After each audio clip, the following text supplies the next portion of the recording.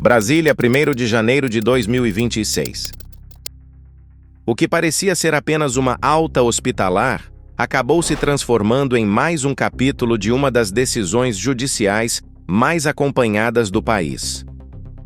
Na tarde desta quinta-feira, o ex-presidente Jair Bolsonaro deixou o hospital onde estava internado e retornou à Superintendência da Polícia Federal em Brasília para seguir cumprindo pena em regime fechado. A saída da unidade de saúde, no entanto, não significou alívio no campo jurídico e tampouco sinalizou qualquer mudança no entendimento do Supremo Tribunal Federal. Pelo contrário, a alta médica veio acompanhada de uma negativa clara do STF a um pedido que poderia alterar completamente o cenário: a concessão de prisão domiciliar por razões humanitárias. E é justamente nesse ponto que a história se aprofunda. A expectativa em torno da alta. Bolsonaro estava internado havia dias para a realização de procedimentos médicos programados, acompanhados de uma bateria de exames de rotina e avaliações clínicas. Durante o período de internação, o ex-presidente também passou a apresentar crises persistentes de soluço, o que levou a investigações adicionais por parte da equipe médica. Ao longo desse acompanhamento, Bolsonaro foi submetido a 4 intervenções, todas classificadas como eletivas pelos médicos responsáveis. Os exames buscaram esclarecer a origem dos sintomas e ajustar o tratamento sem registro de intercorrências graves. Na manhã desta quarta-feira, um boletim médico indicou que o quadro clínico do ex-presidente era considerado estável, sem novos picos de pressão arterial e sem sinais de agravamento. Com base nessa avaliação, a equipe autorizou a alta hospitalar. Nos bastidores, a expectativa cresceu. Aliados políticos e a própria defesa passaram a tratar a saída do hospital como um possível ponto de inflexão no processo, especialmente após o protocolo de um pedido de prisão domiciliar humanitária. A argumentação era direta.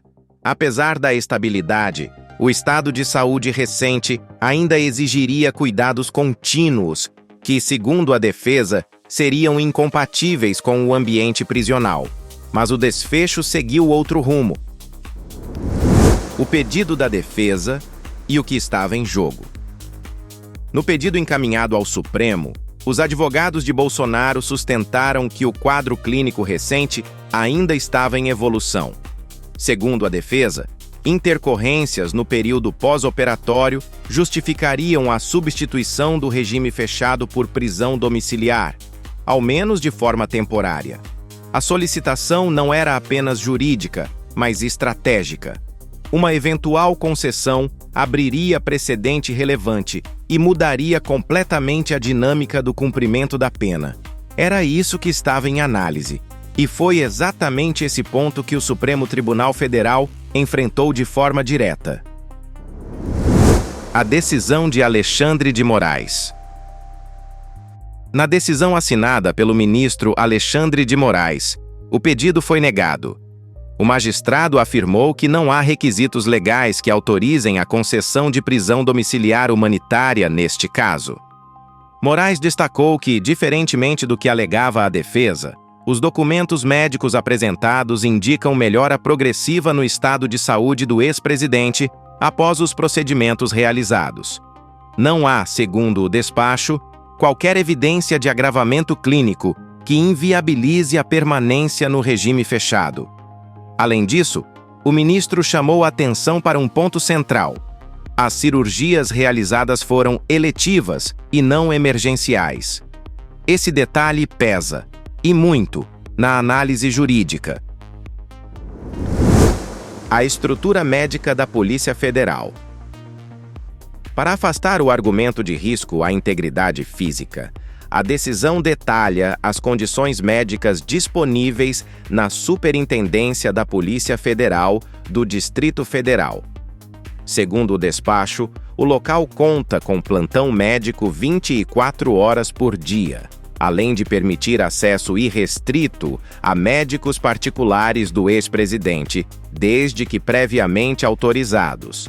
Estão garantidos ainda atendimentos de fisioterapia, fornecimento contínuo de medicamentos e a entrega de alimentação preparada por familiares. Na avaliação do STF, todas as prescrições médicas indicadas pela defesa podem ser cumpridas dentro da própria unidade da Polícia Federal, sem prejuízo ao tratamento. Após a alta hospitalar, o acompanhamento médico seguirá normalmente, com visitas periódicas da equipe responsável diretamente na sede da Polícia Federal. Mas a decisão não se limitou à análise do quadro clínico. O histórico que pesou na decisão.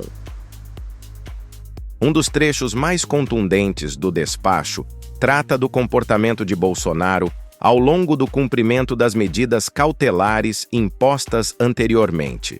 Moraes citou reiterados descumprimentos dessas medidas, além de atos considerados concretos de tentativa de fuga. Entre eles, a destruição da tornozeleira eletrônica, fato mencionado explicitamente na decisão. Para o ministro, esse histórico reforça a necessidade de manutenção do regime fechado, não apenas como punição, mas como garantia da aplicação da lei penal e do cumprimento de uma decisão judicial que já transitou em julgado.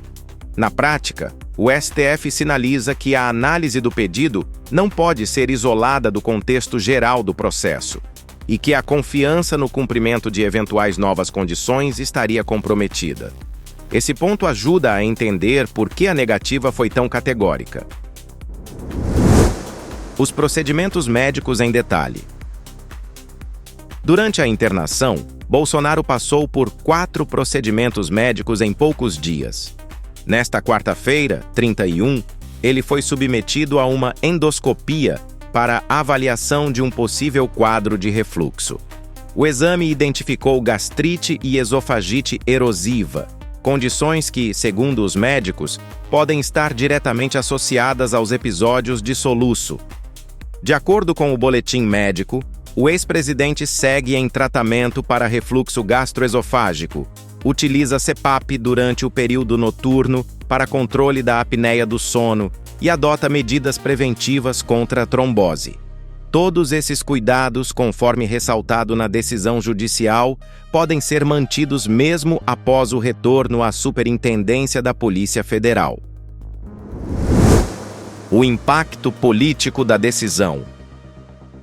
Embora a decisão tenha caráter técnico e jurídico, seu impacto político é inevitável.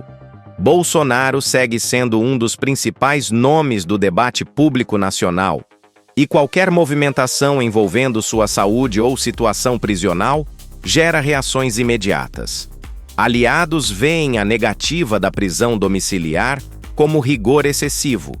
Críticos interpretam a decisão como reafirmação do princípio de que não há exceções ou privilégios. O STF, por sua vez, sustenta o discurso da legalidade estrita, direitos preservados, saúde acompanhada e pena cumprida nos termos da lei. Esse equilíbrio entre garantias individuais e execução da decisão judicial é o eixo central do caso neste momento. O que muda a partir de agora? Com a alta hospitalar e o retorno à cela, Bolsonaro permanece em regime fechado, sob acompanhamento médico contínuo. A defesa ainda pode apresentar novos pedidos ou recursos, mas qualquer reavaliação dependerá de fatos novos, especialmente no campo da saúde. Por ora, o cenário está definido. Alta concedida, tratamento mantido, decisão judicial preservada. E como tem sido regra nesse processo, cada capítulo não encerra a história, apenas prepara o terreno para o próximo movimento nos bastidores do poder em Brasília.